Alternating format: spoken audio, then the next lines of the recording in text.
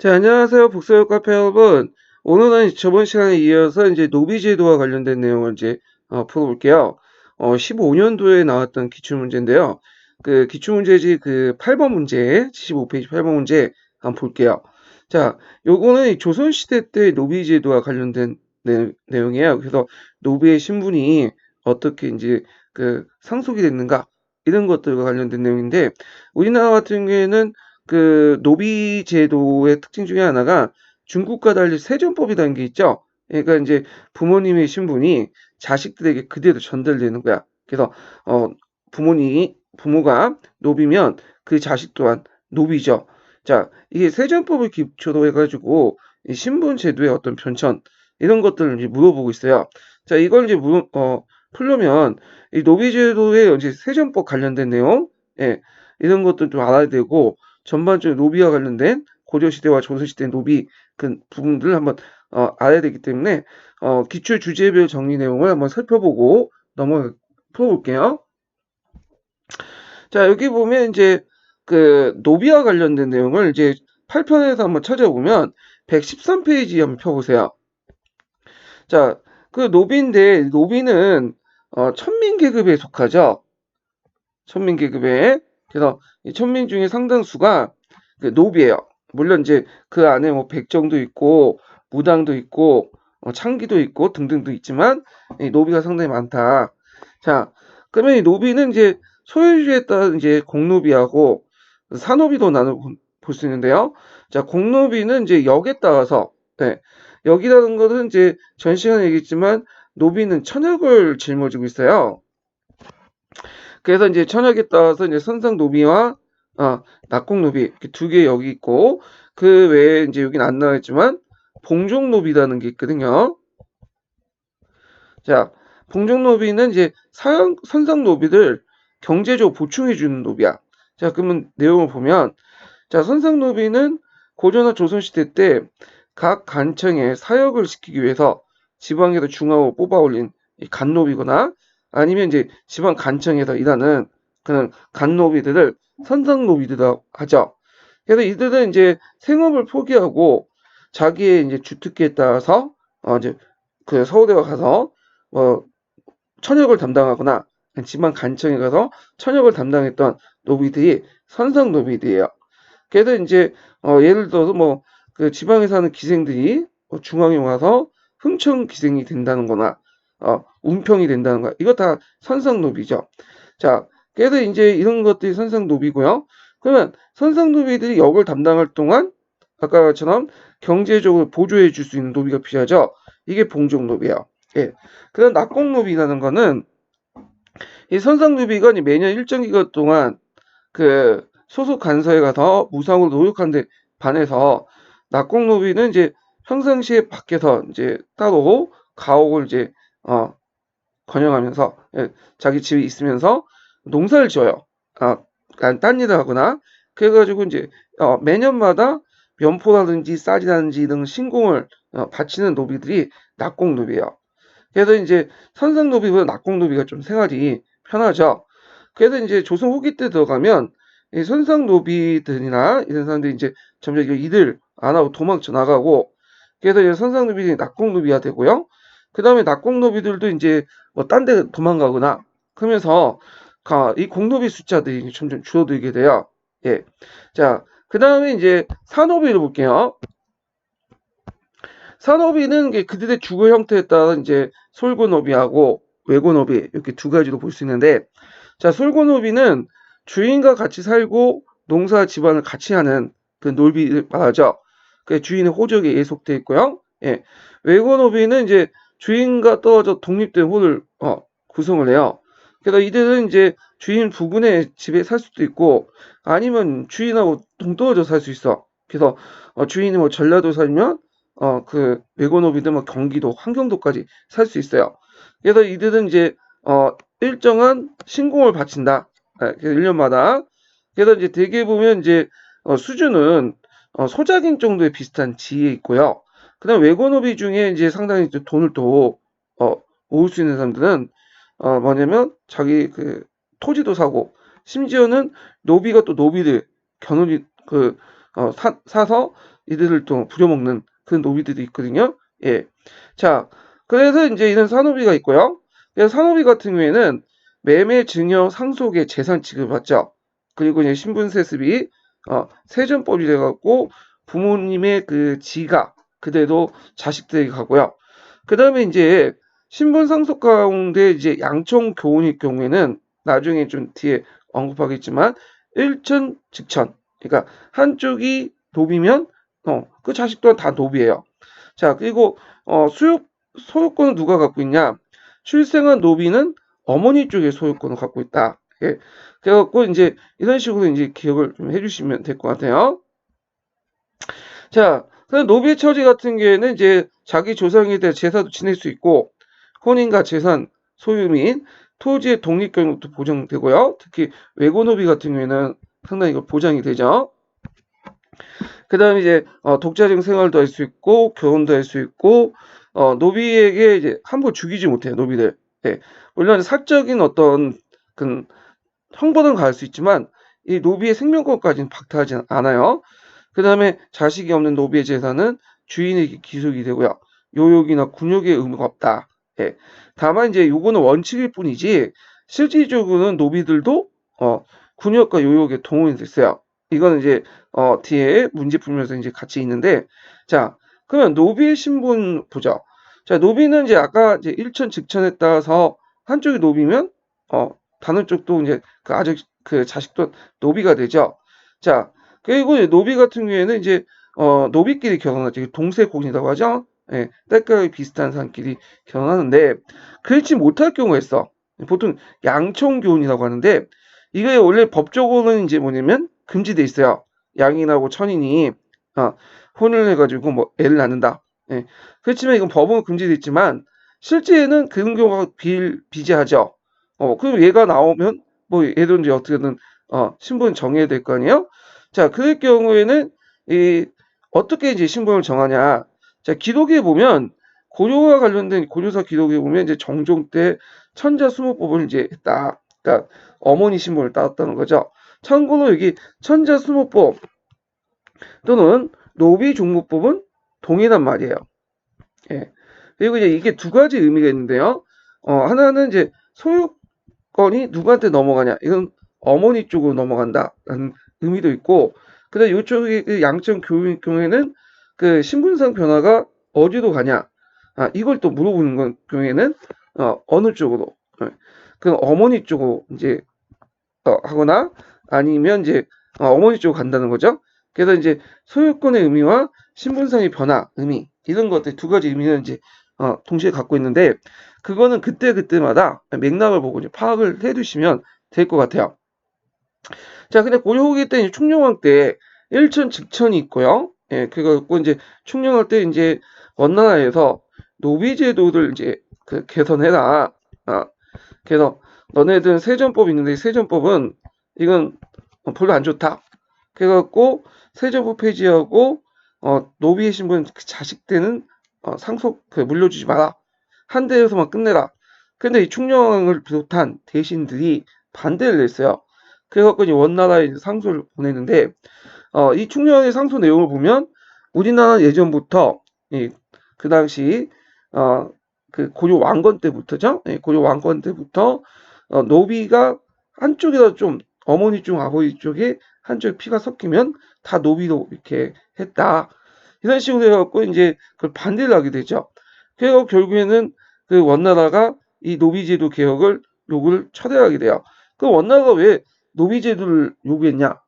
양인수를 확보해서 세원을 많이 확보하면 그만큼 원나라에서 고조해서 뜯어갈 것이 더 많잖아요.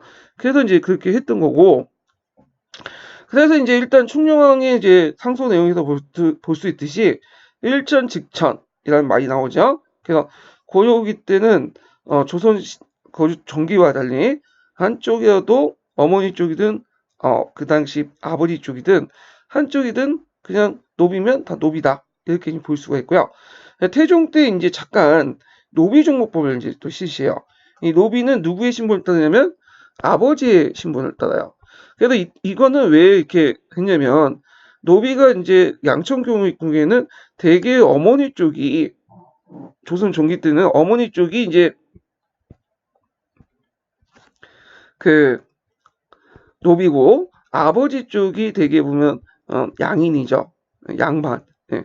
그래갖고 이제 하는데 그래갖고 이제 아버지 신분을 따기 때문에 당연히 노비의 수는 급감을 하죠. 그래서 그 당시 이제 노비를 통해서 자신의 군사적, 경제적 바탕이 되었던 삼으려고 했던 이런 대신들을 견제하기 위해서 이런 노비 종목법을 이제 실시를 했던 거고요. 그렇지만 이제 세종 때 들어오니까 대신들이 너무 반발이 큰 거야. 그래서 결국에는 노비수를 일정하게 또 확보하기 위해서 노비종목법을 이제 또 실시를 하죠. 그래갖고 요때 이제 세종 때 노비종목법을 다시 그 실시를 하는데 다만 그 어머니 신분을 따지지 않고 아버지 신분, 그러니까 그 양천교가 아버지가 양인일 경우 아버지 신분을 따르는 그 종부 대상이 예외적으로 있어요. 그래갖고 이제 그 노비 종부 대상들을 이제 좀 보면요, 이게 이제 요번에 시험 문제에 나왔던 건데 일단 관리들의 자손들, 관리 비척의 자손들, 얼자를 얘기하죠. 그래서 이런 사람들, 그 다음에 40세 이상의 양인 중에 정실 부인에게 자식이 없을 경우에 대를 이어야 될 거 아니에요.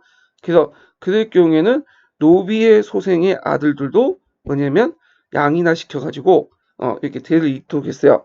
이거는 이제 노비 종목법 안에서 예외적으로 노비 종부의 대상이죠. 자, 근데 이제 그냥 노비 신분에서 양인 시켜준 건 아니고요. 요 노비에서 양인으로 가기 전에 속량 절차를 걷게 돼요. 예, 속량 양인이 되려면 어디에 들어가야 되냐면 보충군에 들어가야 돼. 보충군. 그래서 보충군에 한 6개월 동안 근무했다가 거기에서 어느 정도 그 군역을 담당하면 곧바로 이제 양인으로 이렇게 등업을 시켜주죠. 되게 보충군들은 이제 어디냐면 수군들 있죠. 수군들, 특히 노군들 있죠. 노군들 6개월 동안 근무를 해야 돼. 그 당시 기피 대상이었기 때문에 저 이런 식으로 해갖고 노군들 보충하고 그랬나 봐요. 자, 그래서 이제 이따가 세조 때 또 이제 바뀌어요. 일천 직천으로 해가지고 고려 후기 때도 이제 다시 돌아오자. 한쪽이 노비면 그 자식도 노비다. 네, 그랬고 했는데 그래서 세조 같은 경우에는 형식은 그 아버지였던 세종의 노비 종목법을 따라요. 그렇지만 거기에 이제 예의 조항에 또 뭘 뒀냐면 종부를 이제 따를 그 예의 조항에 양인 여자가 노비 남자와 결혼할 경우에 그 자식은 노비다 이렇게 뒀어요. 노비 종부에. 그래서 이제 이 말은 어머니 쪽이든 아버지 쪽이든 한쪽이면 어떻게 되죠? 그쵸? 노비가 되는 거야. 그래갖고 실질적으로 일천 직천으로 운영됐다. 그래서 이런 것들 이 규정이 이제 성종 때 건국대전에 명시돼 있죠. 예. 자, 그래서 이제 이렇게 해서 이제 있다가 조선 후기 때 이제 왕들이 교체할 때마다 또 노비종무법, 일천직첩법 이렇게 혼재했는데 그러면 그 당시에 노비종무법이 또 얘기가 나오냐? 노비종무법 그냥 기록은 이제 현종하고 영조 때 있어요.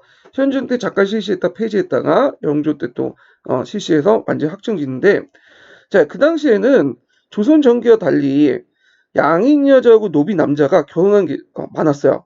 왜냐면 이제 노비 남자 같은 경우에는 그 주로 외고 노비겠죠. 이 사람들이 밖에 나가서 이제 열심히 일을 하고 상대적으로 저기 일반 양인보다 역이나 이런 것들을 덜 내기 때문에 덜 담당하기 때문에 부를 축적할 수 있는 기회가 많았죠.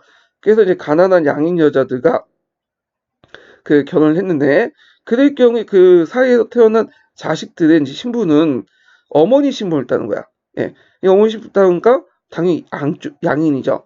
그래서 이거는 그 당시 이제 신분제가 동요되면서 양인들이 많이 이제 양반 신분을 편입돼 들어갔잖아요. 그래서 양인이 부족하니까 정부 입장에서 양인 확보 측면에서 했다. 그래서 이제 이것도 이제 실시 과정에서 실패를 거듭했는데 주로 이제 서인 세력들은 이걸 찬성했어요. 이통 기국론에 따라서. 그래서 노비든 일반 양인이든 모두 다 뭐냐면 네가 대제됐기 때문에 근본적 신분은 평등하다. 그런 입장에서 이제 노비 종목법을 찬성을 했고요. 반대로 이제 남인들은 이때 남인들 영남 남인 계층이죠. 그래서 이기호발사대 입각에서 어떤 이해 차별성 이런 것들을 이제 내세우면서 반대를 했죠. 그래갖고 결국에는 뭐 현종 때 서인들이 정권 잡으면 했다가 또 실권하면 폐지됐다가 결국 영조 때 뭐냐면 노비종부를 이제 확정을 하게 돼요. 자, 그래서 이제 내용을 보면 이 노비종법이 영조 때 갑자기 만들어진 건 아니고요. 예전에 세종 때 노비종법을 다시 오리지널 노비종법을 다시 복구했다고 보면 돼요. 어떤 식으로 복구를 했냐? 세조 때 양이 여자가 노비 남자 결혼할 때 그 자식 노비란 노비 종부 규정을 삭제한 거죠. 삭제를 했으면 다시 이제 어느 쪽으로 그렇죠. 세종 때 다시 돌아가는 거야. 노비 종부로. 예. 그래서 이제 근데 원칙은 이제 세종 때로 돌아가지만 세종 때 노비 종부 돌아가지만 세종 때 노비 종부 시시 배경과 그다음 영조 때 시시한 노비 종부의 어떤 배경은 좀 달라요. 세종은 신분제 유지와 노비수 확보의 목적이었지만 영조 같은 경우에는 그 당시에 양인 여자고 노비 남자들이 결혼한 경우가 많기 때문에 주로 이제 양인 확보 측면에서 있었다. 이런 것들이 좀 배경이 다르다는 거 좀 기억을 해두시면 될 것 같고요. 자, 거기 또 한 가지 더 살펴볼 게 이제 뭐냐면 일천 직전화의 이제 노비 신분 결정 부분일 거야. 일천 직전. 네. 자, 그러면 여기에서 이제 일천 직전화에 이제 전제를 두고 이제 노비 신분 결정 보면 일단 노비하고 노비 그러니까 동세고일 경우에 당연히 그 자녀는 노비고요. 그리고 소유주는 어머니 쪽에 이제 신분을 따르죠. 자, 그다음에 그 노비가 이제 부모가 양인이고 어머니가 노비면 당연히 일천 직천에 따라서 일반적으로 노비가 되고 그것도 어머니 신분 쪽에 따르죠. 예. 그래서 어머니 쪽에 그 뭐냐면 주인에게 그 소유권이 넘어가고요. 그다음에 부모가 노비고 아니 아버지가 노비고 어머니가 양인의 경우에 좀 약간 일천직천이 조선전기 때는 좀 시기한 케이스지만 일부 있었어요. 그럴 경우에 일천직천에서는 노비가 되는 거야. 그래서 소유주는 이때는 이제 어머니 쪽이 소유주가 없으니까 양이니까 예외적으로 아버지 쪽으로 들어가는 거죠. 그래서 이제 이렇게 이제 노비자 자녀의 신분이 결정되고 소유주가 이제 뭐냐면 결정됐다. 다만 이제 영조 이후부터는 이들 경우에 그러니까 아버지가 노비고 어머니가 양일 경우에는 자식은 뭐가 되는 거야? 그렇죠. 양이 되는 거죠. 자, 그러면 노비 추세를 이제 볼게요. 요정 때 그 국가가 이제 공권력을 도망간 노비를 이제 찾아줘서 찾아주는 노비 추세 사업이 있었어요. 추세라는 것은 도망갔던 건 사람들 찾아서 원래 신분이나 역으로 복귀한다 그런 뜻인데 그래갖고 이제 했는데 이게 이제 제대로 안 됐어. 그래서 공노비 때는 그 노비 추세관을 폐지를 했고요. 아예 이제 정조 때는 노비 추세법 자체도 폐지해요. 그래서 이걸 대전통편에 반영을 하죠. 그리고 이제 정조 같은 경우에는 아예 노비 제도를 이제 폐지하려고 했죠. 그렇지만 이제 그거 이제 입안했다가 이 사람이 이제 그걸 공포하기 전에 갑자기 죽죠. 그리고 이제 순조 5년에 원년에 공노비 일부를 해방을 하고 고종 23년에 세습제가 이제 폐지되죠. 자, 그리고 이제 고종 31년에 갑오개혁을 통해서 공사노비들이 해방됐다. 이렇게 이제 보시면 될 것 같아요. 자, 그러면 기출문제 볼게요. 자, 조선의 가도안의 기획의 실시한 배경을 쓰고 기획을 따르지 않았던 밑줄친 니은의 예를 쓰시오. 그리고 밑줄친 디귿에 해당하는 조선시대 때 군사 조직을 두 가지 쓰시오. 이렇게 있거든요. 자, 일단은 이제 저자를 파악할 필요가 있겠죠. 이 글을 쓴 저자. 그래서 거기 그 밑에 보면 방개수록이라는 게 있어요. 출처가 방개수록 유용은 있었던 거죠.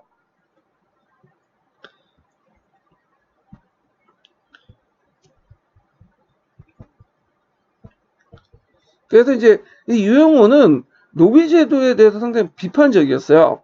그래갖고 이제 그 비판적이었지만 갑자기 폐지하는 거는 좀 문제가 있으니까 노비종목법을 하고 그리고 나서 점진적으로 폐지하자. 그리고 이제 노비 대신에 고공, 그러니까 머슴같이 이제 임금 노동자들 고용해서 쓰자 이렇게 주장을 했던 사람이야. 자, 그 내용을 보면 모든 노비는 기획을 획일적으로 시행해야 된다. 노비는 어머니 역을 따르는 것은 한 법이나 아버지 역을 따르는 경우가 있으니 이는 법 적용에 한결같지 않고 다만 천한 쪽을 따르게 하는 것이다. 자, 이렇게 있는데, 자, 여기에서 이제 노비는 어머니 쪽을 따르게 하거나 그 다음에 아버지 쪽을 따르는 경우가 있으니 이렇게 있는데, 자, 요건 이제 어떤 의미일까요?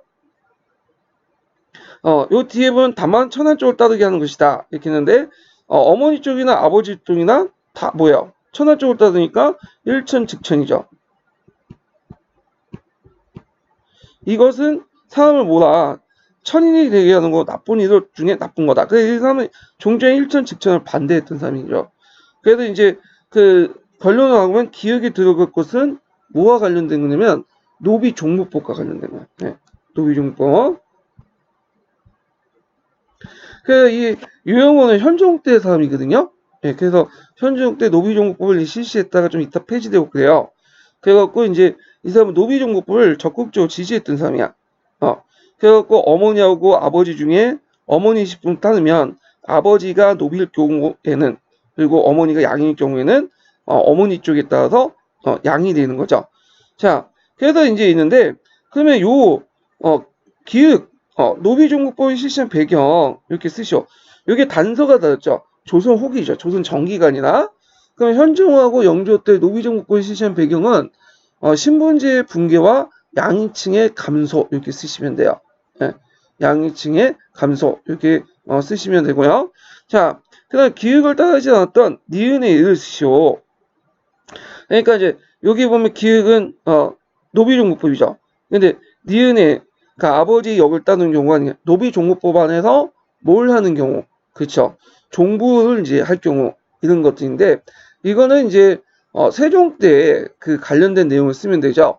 그래서 관리와 공신의 비척의 자손이거나 40세 이상의 양인 중에 양처 부인의 자식이 없을 경우에 비척의 자식 이렇게 이제 해야지 맞아요. 그래서 노비종무법의 예외 조항을 이제 묻고 있어요. 자, 그 다음에 이제 그 밑줄 친 디귿에 해당하는 조선시대 군사조직 두 가지 쓰시오 이렇게 했는데 산호가 군에 편입되는 경우 이렇게 했는데 산호비가 이제 군대에 편입되는 거죠. 자, 요런 그 경우에는 이제 어떤 군사조직이 필요하냐, 어떤 군사조직 했냐, 이거는 이제 예비군들, 잡세군, 그 다음에 소고군 이렇게 쓰시면 돼요. 잡세군은 조선 전기 때 직역을 이제 군역을 담당하지 않는 모든 사람들이 거기다 포함된 예비군이고 소고군은 이제 지방군이죠. 그래서 노비도 이제 들어가도 돼 있지만 시간이 지나면서 실제 노비가 거의 이제 대부분 차지하면서 천해군 다 되죠. 그래서 이제 이런 내용들 같이 기억을 해두시면 될 것 같아요. 자, 그러면 이제 9번 문제 볼게요. 9번 문제 예전에 했네요. 자, 육조직계제와 의정부 서사제도 볼게요. 자, 육조직계제와 의정부 서사제도는 의사결정 과정과 관련된 내용이죠. 그래서 조선시대 때 최종 결정은 왕이 했어요. 그렇지만 그 왕이 결정하기 전에 어떤 여러 논의라든지 정책 이런 것들 논의나 정책 사항들을 구체적으로 정하는 것들은 신하들하고 같이 했죠. 그래갖고 이제 그때 두 가지 의사결정 과정이 있었는데 하나가 이제 육조직계제와 또 하나가 의정부 서사제도야. 그래서 육조직계제 의정부 서사제도는 시험 문제에 좀 많이 나왔던 부분이거든요. 그래서 지금 되게 여기 이제 공부를 하실 때 육조직계제 의정부 서사제 내용과 그 다음에 육조직계제 의정부 서사제도가 어느 왕 때 어떻게 실시는가 그걸 좀 아셔야 돼요. 자, 그러면 요거 이제 보기 전에 잠깐 주제별 내용 정리를 좀 하고 이제 들어갈게요. 문제 풀어볼게요. 자, 그러면 이제 주제별 이제 정리 내용을 좀 볼게요. 자, 여기 이제 그 101페이지 보면 의정부 서사제 육조직기제 이렇게 두 가지가 나와요. 자, 먼저 의정부 서사제 이제 위견 결정 과정을 보면 일단 중심은 이제 의정부죠. 그래서 의정부에서 육조에서 이제 의정부에 보고를 올리면 의정부에서 논의를 했다가 왕한테 이제 보고할 것들이 뭐가 있는가 결정하고 왕을 보고해요. 골라서 그 왕이 최종적 결정하죠. 자, 그러나 다만 육조에서 직접 왕에게 직기하는 게 있어. 직접 보고하는 게 있죠. 그래서 요거는 이제 주로 왕권과 관련된 인사권과 군사 관련된 내용, 주요 형벌권은 왕이 직접 장악 형태고 나머지는 의정부 서사에서 모두 처리한다. 이렇게 이제 보시면 될 것 같아요. 그래서 여기에서 이제 의정부 서사라는 말 있죠? 예. 그래서 의정부는 서사는 이를 처리하는 의정부에서. 그래서 이런 것도 좀 같이 기억을 해주시고요. 자, 그 다음에 6조를 볼게요. 6조 직계제는 이제 6조가 직접 보고를 하는 거죠. 누구한테? 왕한테. 의정부는 일부 업무만 이제 간장을 하는 거야. 그래서 이제 6조 직계제 같은 경우는 왕이 이제 중심으로 6조의 업무를 다 직접 총괄해요. 다만 사대문서하고 중재수 재신 같은 것들은 의정부가 담당해. 왜냐하면 사대문서 같은 경우에는 이제 주로 중국과의 관계에서 이제 하기 때문에 포전문 사건에서 볼 수 있듯이 이게 되게 예민하거든요. 그래갖고 어느 정도 경륜이 있는 이런 재상급 사람들이 좀 봐줘야 돼요. 그래서 이런 것들과 그 다음에 사형수 이상의 재심일 경우에는 의정부에 담당했다. 자, 그런데 이제 공통적으로 육조 직계제는 의정부 서사제도 등 공통적으로 왕이 직접 결재를 해요. 예, 최종 결정은. 자, 그러면 왕권과 신권의 강화를 보면 육조 직계는 일단 왕권을 강화를 바탕으로 했고 의정부 서사제도는 신하들의 부분적 권력을 이양하는 것으로 신권 강화의 바탕이 됐다. 다만 이제 세종 초기 때는 의정부 서사제를 실시했다가 육조 직계제를 실시했다가 의정부 서사제로 바뀌죠. 18년에. 예. 그때 이제 세종이 약간 몸이 안 좋았어요. 그래갖고 이제 그 문종학이 대지청정을 이제 시키기 그 전에 뭔가 좀 사전 작업으로 그 문종에게 약간 이제 업무를 부담을 좀 경감시켜 주려고 그 의정부 서사제도 이렇게 돌렸거든요. 예. 그때는 이제 신권 강화보다는 어느 정도 이제 집권 초반기 때 다져놓은 이런 강력한 왕권을 바탕으로 해서 약간 이제 재상대 권한들 좀 높여서 왕권을 보조해주는 그런 그 형태였기 때문에 신권보다는 이제 세종 때는 왕권과 신권의 조합, 네, 이렇게 이제 볼 수가 있겠죠. 자, 그럼 실시 과정을 볼게요. 이게 이제 되게 중요하죠. 자, 태종과 세종 같은 경우에는 왕권 강화 목적으로 육조 직계를 실시했어요. 요 세종은 왕권과 신권의 조합 목적으로 의정부 서사제를 실시했고요. 다만 이제 태종 때는 약간 이제 왔다 갔다 했어. 처음에는 의정부 서사제 했다가 그래서 육조 직계제 했다가 그 가도기가 있다가 했는데 요 부분은 나중에 좀 뒤있다가 이제 좀 더 얘기를 하고요. 자, 하여튼 이렇게 해갖고 있다가 이제 성종 때 거치면서 건국대제가 완성되어 반포되고 그리고 이제 사인파가 중앙정부에 등장하면서 추세해서 의정부 서사제가 실시가 논의된 과정 중 중종 때 의정부 서사제도가 실시돼서 완비됐다. 그런데 이제 여기에서 이제 좀 착각하시는 분이 뭐냐면 성종 때 모강사 영향 때문에 아니면 교과서에 좀 잘못된 그런 내용 때문에 성종 때 육조 직계제를 대신에 의정부 서사제를 실시했다. 이런 말이 잘못 알고 계신 분인데 성종 때도 육조 직계제를 실시했어요. 예. 그래서 이제 그 아버지 때 그 할아버지 때 했던 육조 직계를 계속 이어가지고 실시했고 다만 그때 사림들이 많이 진출했기 때문에 의정부 서사제도에 대한 논의는 있었어. 예, 그 왕한테 건의를 했고 근데 성종이 이걸 거부했죠. 이게 사조에 분명히 나와 있어요. 그러다가 이제 중종이 집권하는 과정에서 쿠데타가 났죠. 중종 반정. 그래서 중종 같은 경우에 실권이 별로 없었기 때문에 초반기 때는 신권이 되게 강한 상태에서 홍구 대신대 압력 아래 중종 10년 때 의정부 서사제가 이제 실시됐고요. 그 이후에 이제 계속 의정부 서사제가 돼요. 예. 이런 것도 이제 보고 요 실시 과정을 좀 이따가 좀 다시 정리를 해보기도 하죠. 자, 의미는 이런 변화 과정에서 의정부 6조 소가문 속사라는 이론적 행정체계가 출현됐고 국가 권력과 행정 조직에서 정점이 되는 권력 구조를 마련했다. 이렇게 보시면 돼요. 자, 그러면 이제 한번 실시 과정을 이제 정리를 좀 해볼게요. 자, 이 실시 과정을 보면 제가 이걸 제 글씨를 썼기 때문에 제가 악필이기 때문에 좀 약간 엉망인데 그냥 대충 보면서 넘어가죠. 자, 거기 이제 태종 때는 이제 아까 말처 의정부 서사제를 실시했다가 육조 직계제를 실시하고요. 태종은 좀 이따 얘기할게요. 자, 세종 때 세종 18년에 의정부 서사제를 실시하게 돼요. 왜? 세종이 몸이 별로 안 좋았어. 그래갖고 그 당시 이제 아들 문종의 대리청정 전에 좀 아들에게 업무를 경감시키기 위해서 그걸 했던 거고. 자, 근데 이제 세조가 집권하면서 다시 육조 직계제를 실시를 했고요. 예. 그래서 태종 때하고 이제 세조 때는 왕권을 강화시키려고 했던 사람이죠. 다만 이제 이 태종 때 육조 직계제는 대개 이제 의정부 역할을 사대문서, 그다음 중재인 재심 이런 것들이 이제 있는데 세종 때는 아예 사대문서 뺐고요. 이제 중재인 재심 역할만 이렇게 했다. 이게 좀 차이가 있어요. 자, 성종제에 들어오면서 이제 그 의정부 서사제 논의가 일어났어요. 근데 이제 실질적으로는 그 육조 직계를 계속 실시를 했다. 예, 그래서 그걸 좀 기억을 해두시고요. 자, 중종 때 들어와서 이제 중종 반정을 이제 분위기, 신권 강화 분위기 아래 중종 때 의정부 서사제도도 이제 했고, 그 후에 계속 의정부 서사제를 계속 실시했다. 예, 기억을 해두시면 돼요. 그러면 이제 태종 때 내용을 볼게요. 태종 때 관련된 내용이 10년도 기출문제에 나왔어. 좀 되게 어렵게 나왔어요.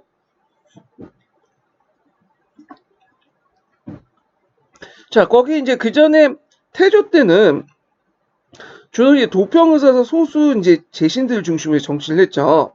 예. 그래서 이제 태조 때 어떤 책을 보니까 태조 때 의정부 서사제를 실시했다. 이런 말 같지도 않은 소리를 하는 책이 있던데, 교과서에 있는 거예요. 진짜. 그럼 말이 안 되는 거죠. 왜? 의정부는 정종 2년 때 만들어졌기 때문에 태조 때 실시했다는 건 말이 안 되는 거죠. 예, 원래 없었기 때문에. 자, 그래서 정종 때 실제로 이제 태종이 집권할 때죠. 도평의사가 폐지되고 의정부가 실시되고요. 의정부 서사제도가 실시했는데 이때 이제 태종이 의정부 서사제를 실시했던 거는 뭐냐면 이 도평의사서의 권한을 좀 약화시키려고 했던 거야. 예전에 이제 그 도평의사서의 대신들의 권한을 약화시키려고 했던 건데, 근데 오히려 이제 의정부에서 대신들 권한이 점점 강해지니까 안 되겠다 해가지고 태조 4년까지 유지됐던 제도를 그 이후에 뭘로 바꾸냐? 의정부 서사제 육조 직계제 바뀌어요. 예, 4년 이후부터. 근데 이제 육조 직계제가 이제 했지만 실제로 육조 직계제 완전히 넘어간 거는 14년이라고 보시면 돼요. 왜? 여기 이제 태종 4년부터 해갖고 14년기는 겉으로는 육조 직계제지만 의정부의 권한이 커진 상태, 그 의정부의 권한이 컸기 때문에 그렇게 잘 안 됐어요. 예. 자, 가독이라고 보시면 되고요. 자, 그러면 이제 의정부의 권한을 좀 누리려면 육조의 권한을 좀 높일 필요가 있겠죠. 그래서 태종 5년에 육조 판사의 권한을 정3품에서 정2품을 한 등급 더 올렸고요.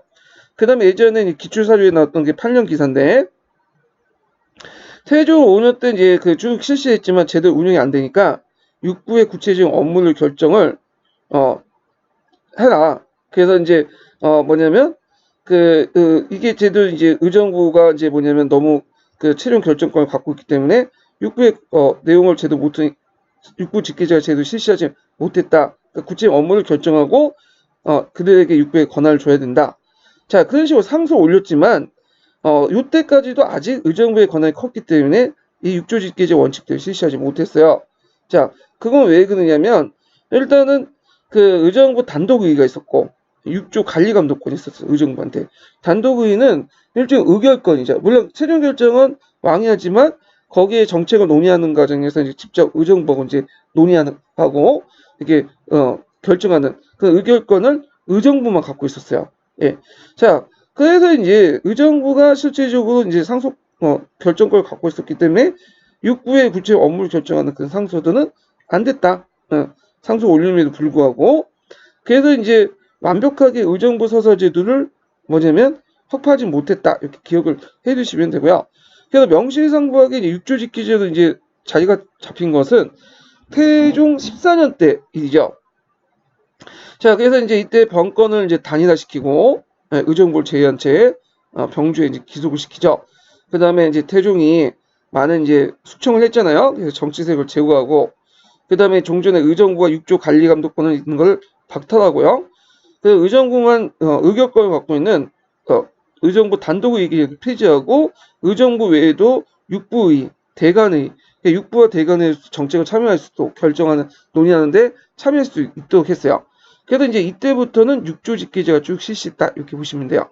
그래서 정리해서 말하면 태종 때는 처음에는 의정부 서사제, 그 다음에 태종 4년에서 5년 거쳐가지고는 계속 그 육조직계제 했지만 태종 14년까지는 아직 의정부의 권한이 커졌기 때문에 완벽한 육조직계제 실시하지 못하고 있다가 14년에 육조직계제로 이제 자리가 잡혔다. 이렇게 정리를 해두시면 될 것 같죠?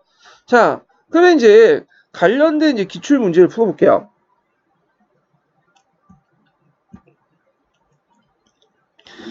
자, 여기 보면 이제 A, B, C, D에서 시기에 공통적으로 나타난 역사 사실은 이렇게 있는데, 자, 태종부터 해가지고 중종 때까지 쭉 있죠. 자, 건국대전 편찬 과정. 건국대전 편찬 과정은 어디에서 어디까지? 그렇죠? 세조에서 성종 때까지죠. 아니고요. 그 다음에 의정부 또는 육조 중심의 정치 구도, 주도. 맞죠? 의정부 서사제도와 육조직계제가 번갈아 가면서 했죠.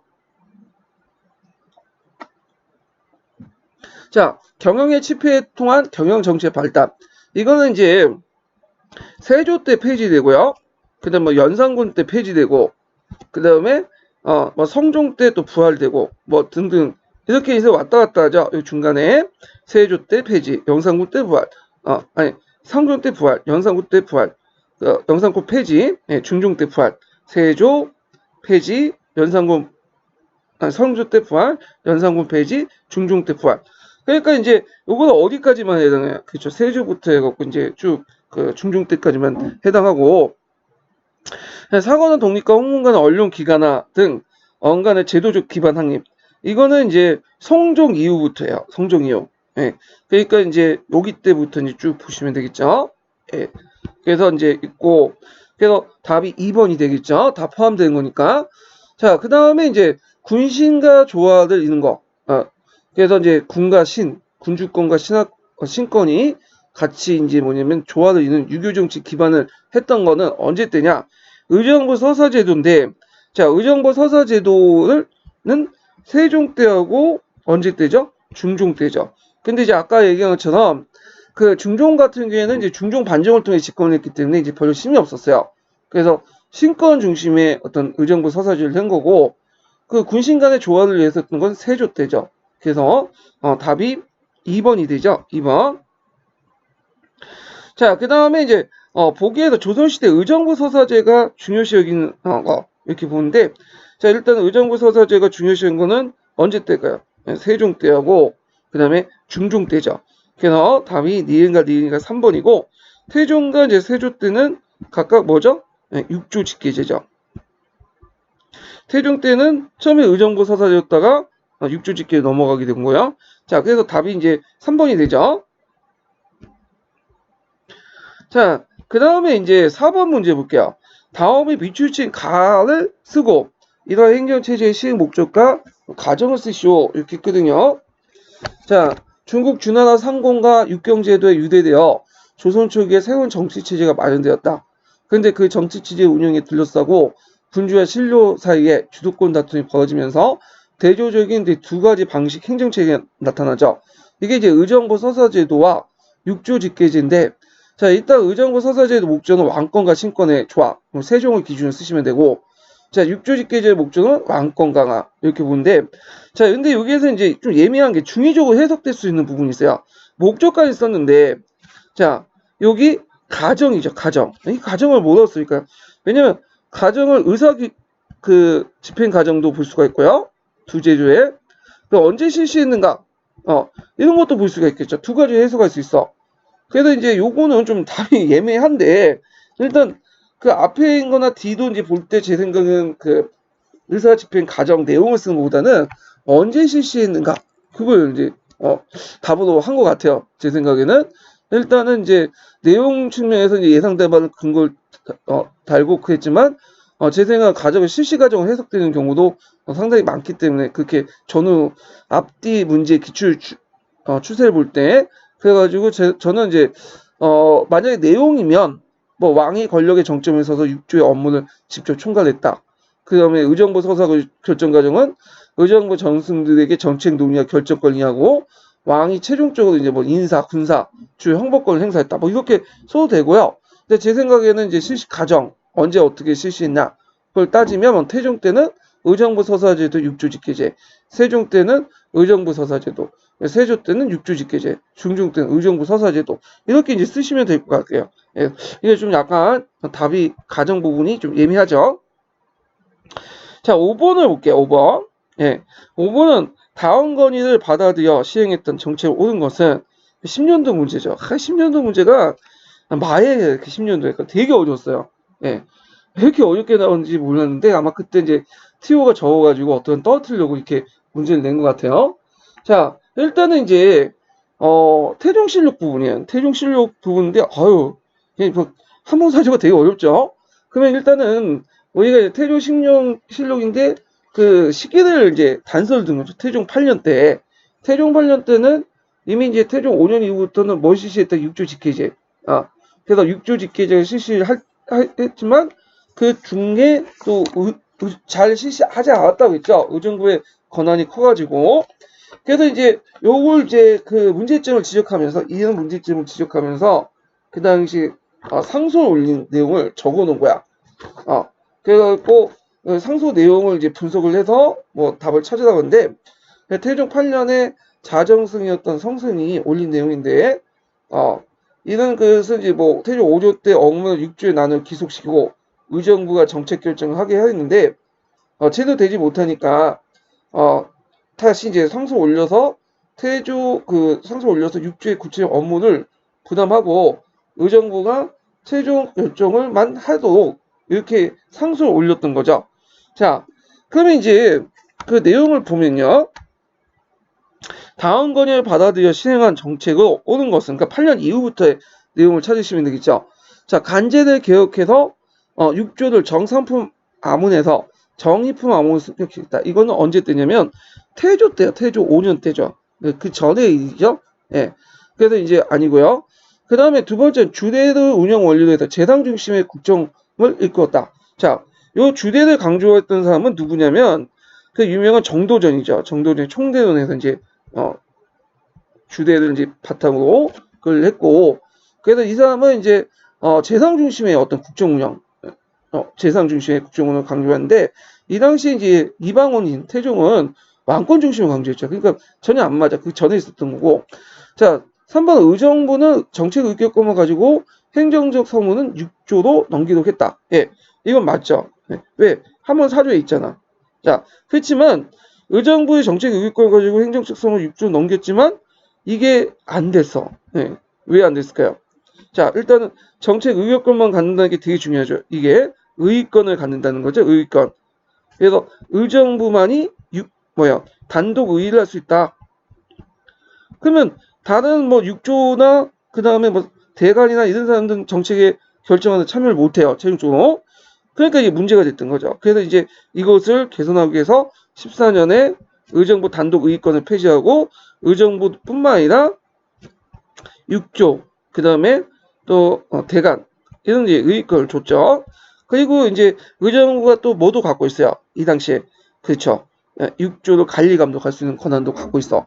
그러다 보니까 이게 제대로 안 됐던 거야. 이게 그렇지만 이제 일단은 이런 것들을 이제 바탕으로 해서 3번을 보시면 되는데 제 생각에 이걸 제대로 알고 이게 답을 찍으신 분은 거의 없을 거라 생각해요. 왜냐면 요걸 이제 완벽하게 태종실록 부분 해석해야지만 풀 수 있는 거야. 그래서 그 후에 이제 문제들은 웬만하면 이제 그 실록이 나와도 단서를 주는 문제들이 나왔거든요. 대충 뭐 해석이 안 돼도 배경 지식 깔고 이제 풀 수 있는데 이거는 뭐 배경 지식 깔아도 모르는 거예요. 왜? 한문 사조 자체를 알아야지 금방 나올 수 있는 거니까. 이거는 뭐 한문 교육과 문제지 역교과 문제는 아닌 것 같아요. 제가 생각해도. 자, 일단은 이제 보면 설관 분직의 원칙에 따라 의정부는 4대 문서와 중재수 제신만을 간장하도록 했다. 이렇게 했는데 이때 이제 그 4대 문서하고 중재수 제신만 간장하고는 이제 육조제가 완비됐대요. 예. 그래갖고 이제 이와 관련된 사료가 이제 몇 년 사료냐면 태종 14년 때 사료예요. 태종 14년.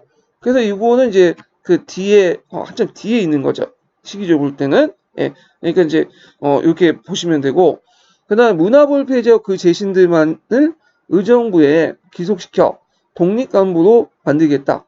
이것도 되게 예문이 어렵죠. 그래서 여기에서 이제 이방원은 정조 때 독평의사를 폐지하고 즉위한 후 남아있던 고조의 이제 간제를 대대적으로 개편해서 의정부 중심 체제로 만들었죠. 그래갖고 이제 정종 2년 때 이제 그 작업을 했는데 그 이후로 이제 그 문화부를 폐지하고 권한을 의정부에 기속시키며 3사를 사평부로 개칭해서 합자에 제의시켰죠. 자, 그래서 이거는 뒤에 앞에 있는 내용이죠.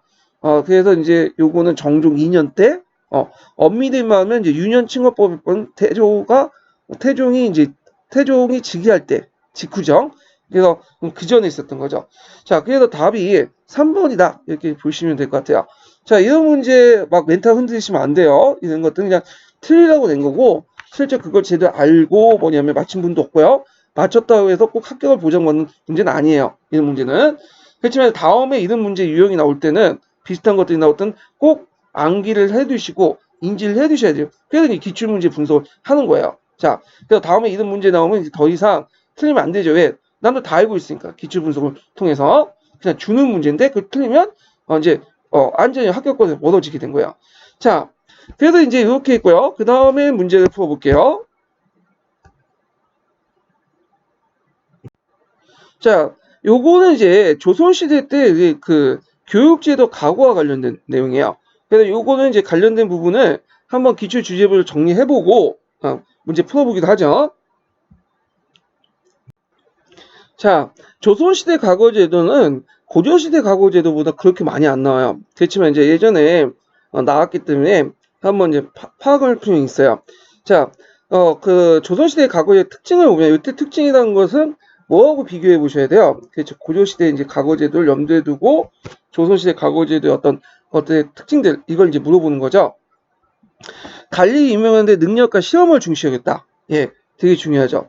그래서 이제 보통 조선시대 때 과거를 이제 시험 제도 이게 칠과라고 하죠.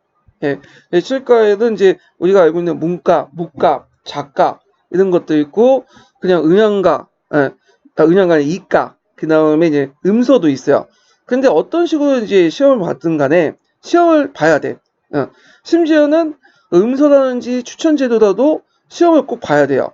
예, 이렇게 시험을 보고 선발을 해요. 간단하게 시험을 보고. 자, 그리고 작가 무가보다는 문과를 더 우대했고요.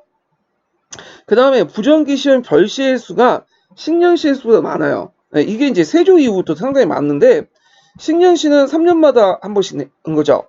근데 이제 이 별시의 수가 너무 많아. 뭐 특화 가면 증강신이, 알성신이 그런 것들이 많아요. 그래갖고 이제 이것 때문에 이제 원래 그 과거제도 원래 구상했던 과거제도가 점점 무너지게 되죠. 원래 이제 과거제도는 뭐였냐면 조선시대 과거제도는 학교제도하고 유기적으로 통합하는 데 목적이 있었어요. 네, 조선 초기 때 이건 어디에 영향을 받으면 명나라에 영향을 받은 거야. 네. 그래서 명나라는 또 송나라에 영향을 받은 거고요. 제가 이제 강의 시간에 몇 번 좀 얘기했는데 이걸 좀 알려면 명나라의 주원장의 정책을 봐야 돼요.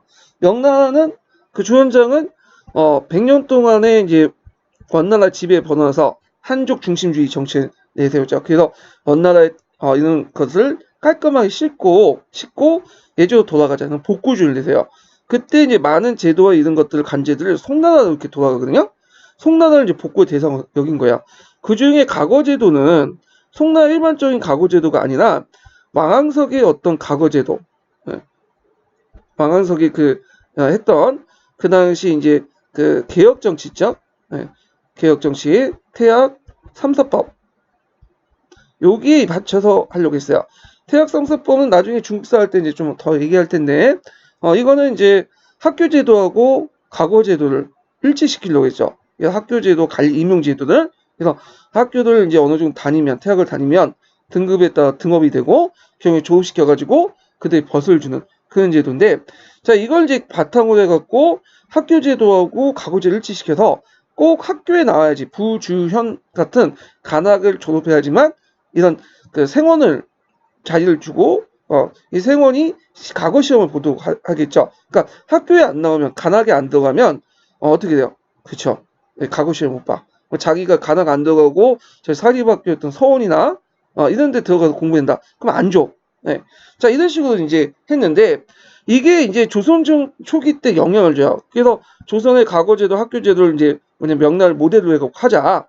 그래갖고 이제 어떤 식으로 했냐면 일단은 뭐 이제 그 중급 단계에서는 각각의 학교를 설치하죠. 지방마다. 그래서 학교에 적을 둬야지 뭘 볼 수 있냐면 그 문과를 기준에 소과를 볼 수 있는 자격을 줘요. 소과를. 그래서 소과 같은 게 두 번에 걸쳐서 보죠. 그래서 1차, 2차 이렇게 이제 자격을 두고 그 다음에 거기 학교에서 이제 뭐냐면 약간 우수한 성적을 받을 경우에는 소과의 초시에 해당한 1차 시험을 면제해주고 복시만 보도록 하죠. 자, 이런 식으로 해갖고 이제 일치시키려고 했고 두 번째로는 성균관에서 소과에 합격한 사람이 성균관에 들어가서 원점 300점을 받아야지만 뭘 볼 수 있는 자격이 생기냐면 대가를 볼 수 있는 자격증을 주세요. 대가를. 예. 자, 근데 이것도 이제 문제가 생긴 거야. 왜 문제냐면 원점이라는 것은 여러분들 교육학 시간에 배운 것처럼 아침 저녁으로 했고 두 끼를 먹을 때 1점 얻게 되는 거죠. 그 당시 뭐 점심을 잘 안 먹었으니까. 그래서 이제 300점이라는 것은 300일 동안 아침 저녁을 먹어야지. 그러니까 성균관에서 공부를 해야지 대가를 볼 수 있는 자격이 있는 거야. 자, 그래서 이런 식으로 해갖고 학교 제도와 과거 제도를 좀 유기적으로 통합을 하려고 했는데, 자, 여기에서 볼 수 있듯이 결국은 잘 안 됐어요. 연관성이 별로 없어. 예. 그래서 이제 유기적인 연계를 갖고 있다는 건 이제 조선 초기 때만 얘기한 거고, 전반적인 연관성이 없어요. 왜 그러냐?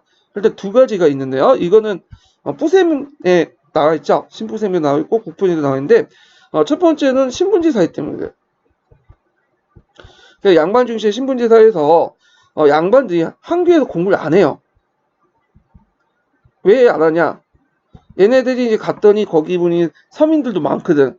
서민들도 뭐 신분 상승의 목적이나 군역 깊이 등등 해가지고 한계 많이 들어갔어. 그러니까 이제 어떻게 같이 그들과 공부를 하냐? 그래가지고 청강록에 등록만 해놓고 정만 두고 거기 공부를 안 해. 어디에서 공부를 하냐? 거기 이제 나와서 서울에서 공부를 하죠. 그래서 한교에 정만 뒀다. 왜? 거기 이제 일단 학교에 교생으로 등록돼 있어야지 뭐 군역 면제를 받을 수 있고 그 다음에 뭐 1차 시험 볼 수 있는 자격이 있고 더 나가서 2차에 또 면제 받을 수 있고 1차 면제 받을 수 있고 그러니까 이제 정만 둔 거고 그 다음에 두 번째로는 그러니까 이제 점점 시간이 지나면서 한교가 점점 교육적 기능이 없어지고 어떤 기능만 제사적 기능만 남게 되죠. 자, 그 다음에 두 번째로는 성균관 자체의 문제인데 원래는 대가를 보려면 300점을 받아야 돼요. 근데 이제 이게 점점 무너지기 시작. 왜 무너지냐? 아까 이제 별시 때문에 무너진데 이게 이제 별시 같은 경우에는 부정기적 시험이거든요. 그래갖고 요때는 이제 볼 때 원점 300점을 낮춰요. 뭐 200점, 심지어 나중에 100점 없어도 된다는 식으로 나와버려. 원점을 안 본다. 자, 거기다가 이제 이런 등등 해가지고 이 대가를 이제 꼭 보려면 원점 300점 기준이 이미 조선 중기 때부터 이제 무너지기 시작한 거야. 그래서 조선 후기 때 같은 영조 때 들어가면 아예 이제 대가 속가를 안 보고 성균관도 안 가도 대가를 볼 수 있도록 해요. 예. 그래갖고 그냥 소가 안 보고 성균관도 안 가고 소가에서 그냥 프리패스 한 다음에 대가로 간 거죠. 패스 해갖고 프리패스는 이제 공짜인 거. 예. 그래서 대가에서 소가 패스해서 대가로 그냥 넘어가는 그렇게 해서 합격을 한 사람들이 많이 늘어나요. 예.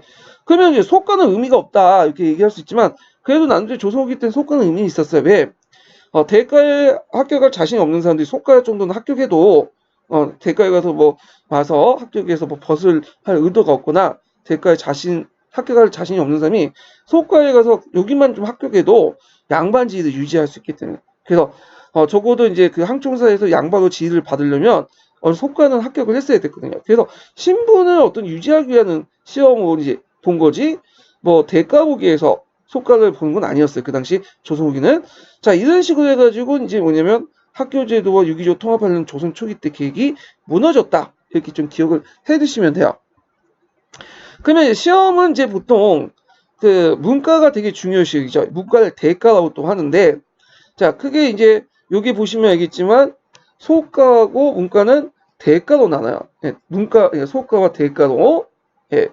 그래갖고 이제 이렇게 하는데 먼저 소과는 이제 생진과라고 하죠. 생원과하고 진사과. 예. 그래서 생원은 사소 오경과, 진사는 문학, 시부, 통책 이렇게 하고 여기에서 이제 합격한 사람들 생원 진사라는 칭호를 주죠. 그래서 이제 대개 초시와 복시 이렇게 보고요. 그래서 이제 문과인데 문과는 이제 고시 수준이 가장 높아요. 소과에 합격한 사람들이 들어와서 이제 보죠. 물론 조속이 때는 안 하고 이제 그냥 넘어온 사람도 있지만 패스해가지고 고공분반이었던 등용문의 역할을 했고 이게 두 가지 원칙인데 지역 안배주의하고 능력주의 두 가지 원칙을 철저히 뭐냐면 조화를 했다. 그래서 이 별시가 이제 뭐 여러 가지 있지만 별시는 이제 넘어가고 신령시를 정기시를 기준으로 가지고 보면 신령시는 정규 시험으로 3년마다 봐요. 그래서 초시, 그다음 복시, 전시 이렇게 이제 보는데 자 여기에서 이제 초시 같은 경우에는 이제 지방에서 봐요. 향시, 한성시, 간시 이렇게 각 지역에 있었던 시험 오는데 요때는 이제 그 뽑혀서 들어오죠. 근데 이때 초시는 모의 입각에서 우리는 지역 안배주의 그러니까 지역별로 인구 비례에 따라서 또는 정치 고조에 따라서 이렇게 안배를 해. 너무 특정한 지역이 쏠리는 걸 방지한 거죠. 이거는 국가 통합적인 측면에서 보시면 될 것 같아요. 근데 복시 같은 경우는 이제 볼 때는 이 복시는 철저히 능력주의 시험 봐요. 능력주의. 이거는 이제 지역 고려 없이 능력별로 보는 거야. 그리고 나서 마지막으로 전시를 보는데 전시 같은 경우에는 이제 왕앞에서 보는 시험이죠. 우리나라 공민왕 때 처음 들어왔죠. 원나라 영향을 받아서. 그래서 각과, 을과, 병과 해갖고 세 개를 이제 기준 나눠갖고 33명을 각과, 을과, 병과 이렇게 나누는데 보통 1등에서 3등까지는 각각, 을과는 3등에서 10등까지는 을과, 11등은부터는 뭐야? 병과. 그래서 왕이 직접 주관을 하고요. 주로 책문이나 논술 형태로 보고 거기에서 이제 합격한 사람들은 아니 거기에서는 당락을 결정하는 게 아니라 1등부터 33등 이렇게 해갖고 결정을 하고요.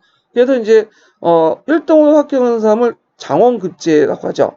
장원급제. 그래서 그 사람들은 다른 그 직보다도 초직이 되게 높아요. 총 6품직이야.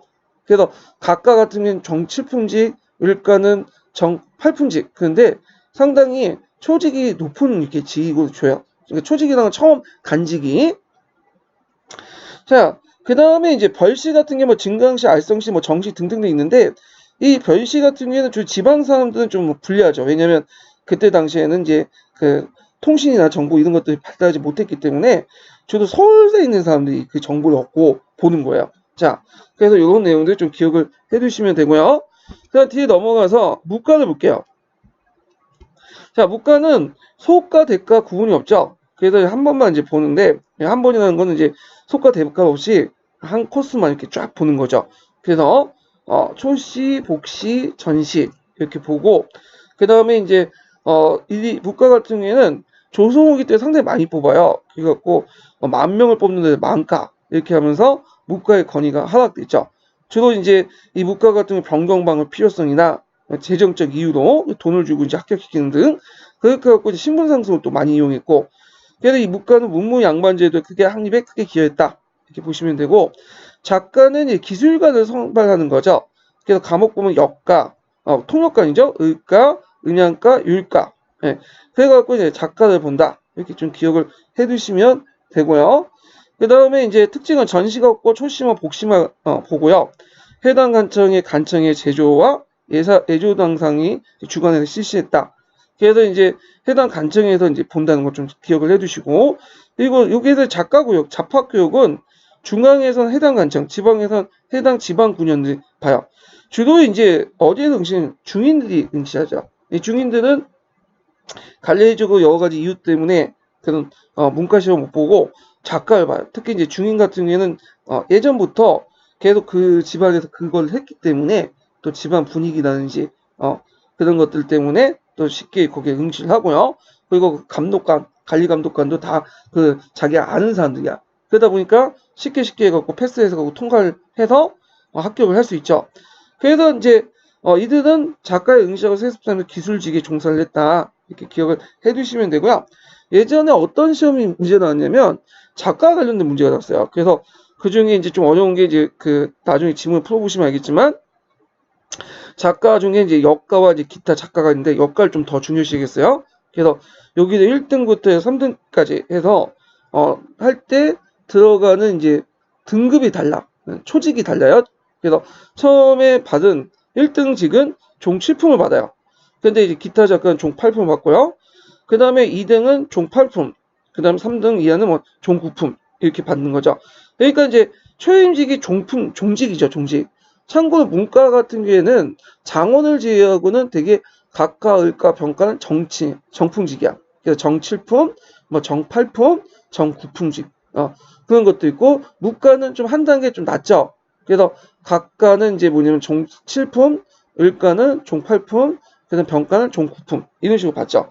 자, 그래도 있고요. 그 다음 기타 선발 제도가 있어요. 그래서 시험 제도가 7가지가 있는데 보통 7가라고 하죠. 그 중에 이제 선발 제도, 우리가 이제 지금까지 살펴보지 않은 선발 제도가 3가지가 더 있는데요.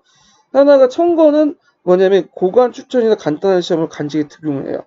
그래서 되게 조선 후기 때 살림세 때 기용하거나 아니면 조광주의 환란가도 청거제 중에 하나죠. 근데 주의할 것은 추천을 받았다 해도 아까 얘기한 것처럼 조선은 무조건 시험을 봐야 돼. 그래서 간단한 시험을 통해서 통과를 해야지만 간직이 없어요. 물론 형식적이지만 시험을 봐야 된다. 기억을 해두시고 음선을 또 무음제도가 죠. 그래서 고조에 비해서 대상이 축소되고 2품 이상 관리들 대상을 했고요. 고조는 5품을 했죠. 고관 승진이 좀 어려워. 예. 그래서 음서에 합격해서 이제 음서를 통해서 들어갔다고 해도 이제 나중에 각오도 봐요. 이런 식으로. 그래서 이제 있고 그 음서도 아까처럼 고조처럼 자동으로 이렇게 그 발령받는 게 아니라 뭐냐면 이것도 시험을 봐야 돼요. 예. 그래서 음서의 시험을 봐서 음서과라고 하는데 이걸 떨어진 사람도 있어요. 또. 그래서 이제 아까 말한 것처럼 이제 그 특수한 부대였던 그 제가 기억이 안 나는데 무슨 부대였죠? 그 특수한 부대에 들어갔다고 했죠. 그래서 그 특수한 부대에서 어느 정도 근무를 하면 나중에 하급 관리직을 줬다고 했죠. 낮은 수령관직을. 예, 충의이네요. 충의. 자, 하여튼 뭐 이런 것도 있고 취재는 특별 채용식인데 좀 나이가 많거나 좀 약간 재능이 부족한 사람을 대상으로 해서 주로 하급 실무직들을 뽑는 시험이에요. 간혹가다 재수 좋으면 이제 뭐냐면 수령직까지 나갈 수 있는 그런 시험이 취재다 한다. 예. 그래서 보통 7가라고 하는 게 청거, 음서, 취재, 그 다음에 그 작가, 역가, 의가, 음양가, 율가, 그래서 작가, 그 다음에 이제 아까 무가, 그 다음 문과에서 대가, 소가 이렇게 해갖고 7개를 얘기를 해요. 보통. 자, 그러면 이제 관련된 문제를 이제 풀어볼게요. 아이고. 자, 조선시대 과거 시험 중 율가, 법과 관련된 시험이죠. 율가에 대한 설명으로 옳은 것은 이렇게인데 1등은 합격한 자에게 종주품을 줬다. 이건 아니죠. 예, 1등은 합격, 아까 치면 이제 얘기했던 종육품 정도면 상당하죠. 이건 장원급제자에게 준 거야. 그래서 이제 보통 종 8품을 줘요. 종 8품. 그 2등은 종 9품을 주고, 예, 2등은 종 9품을 2등은 그러니까 제가 잘 말했는데, 예, 잠깐 착각했어요. 그러니까 이제 다시 정리하면, 그 율가에 합격한 사람들은 이제 1등은 종 8품직이 주고, 그 다음에 2등은 정 9품직 주고, 3등은 종 9품직을 주죠. 예, 이렇게. 그래서 이거는 8품직이고, 종 6품은, 어디에 해당한다? 예, 문과 1등이었던 장원 급제자에게 줬던 거죠. 자, 시험 과목은 대명률, 무언록, 그 다음에 건국대전, 이렇게 있는데, 그 당시 헌법은 거의 그 대명률 섰기 때문에 이렇게 봤던 거고, 그다음 무원록 같은 경우에는 이제 그 원나라 시대 때 들어왔던 중국의 이제 검시서인데 시체를 보고 이제 사망 원인을 파악하고 그런 거죠. 그런 것들을 이제 조선 시대 때 좀 어려우니까 증수 무원록이라 해갖고 거기에 이제 줄을 붙여갖고 사용했는데 이건 검시서로서 상당히 중요해요. 예. 그래서 이런 것들을 받고 그다음에 건국대전 이렇게 해서 답이 2번이죠. 자, 작가의 하나로서 예조에서 보고 그 다음에 전담해서 법률 용어를 선발했다. 해당 관청에서 보니까 예조는 맞지 않죠. 주로 어디에서 봤냐면 형조에서 왔어. 형조. 형조 그 고율사라고 있어. 사사 중에. 예. 여기에서 이제 시험을 보고 이제 선발했고요. 식년시에 출시 복시를 거쳐서 18명 선발하고 전시에 9명 있다. 자, 여긴 전시가 없죠. 출시하고 복시만 있죠. 전시가 있는 거는 문과하고 문과밖에 없다고 했어요. 자, 그래서 답이 2번이 되죠. 요거는 약간 문제가 좀 어려운 문제야. 이거는. 예. 자, 2번을 보면 다음은 내용에 준하여 고려 시기부터 조선 시기 때까지 가거제 운영 권한상을 500자 이내에 쓰시오. 상당히 이게 뭐냐면 좀 거시적으로 문제를 냈는데 최근에 이런 문제는 안 나오는데 일단 보면 고려와 조선왕조의 가거제 차이. 그래서 이제 앞에서 언급했던 특징들 내용 있죠. 이런 것들 이제 같이 쓰시면 돼요. 학교제도 연관성 없죠. 예. 참여자 신분증은 되게 많아요. 되게 커요. 왜? 고려시대 때는 문벌 귀족이라는 사람들은 개경에 살았던 특수한 신분증이에요. 그래서 주로 이들이 이제 가고 시험을 봤죠. 근데 조선은 어, 양인 이상이면 다 볼 수 있어. 고조도 마찬가지지만 고조는 이제 어떤 문벌 귀족이니까 양인 이상을 받고 그렇지만 물론 여기도 이제 조선도 양인 이상을 보지만 사대부만 볼 수 있는 거죠. 실질적으로. 근데 조선시대 사대부 양반 계층들은 그 문벌 귀족 계층보다 훨씬 더 커요. 문벌 귀족 같은 경우에는 주로 이제 개경에 좀 있었던 소수 계층들이었고 이 양반들은 상대적으로 물론 그들도 그렇게 뭐 많지는 않았지만 전 지역에 분포돼 있었고 수가 그 문벌 귀족보다 더 많아. 그러다 보니까 시험에 볼 수 있는 사람들이 훨씬 더 많죠. 예. 그리고 또 법제적으로 이제 고려도 마찬가지지만 법제적으로 또 뭐냐면 양인 이상은 다 볼 수 있고 그래서 이제 이렇게 기준을 맞춰갖고 쓰시면 되고요. 그 자세한 내용은 제가 지금 3편 기출문제 분석편에 씌워놨으니까 그걸 참조해 두시면 될 것 같아요. 자, 그리고 이제 다음 문제가 이제 보면 아이고 조선 사회사 관련된 부분인데요. 시간 보니까 이제 거의 됐네요. 예, 이 부분은 다음 시간에 할게요. 오늘 수고하셨습니다.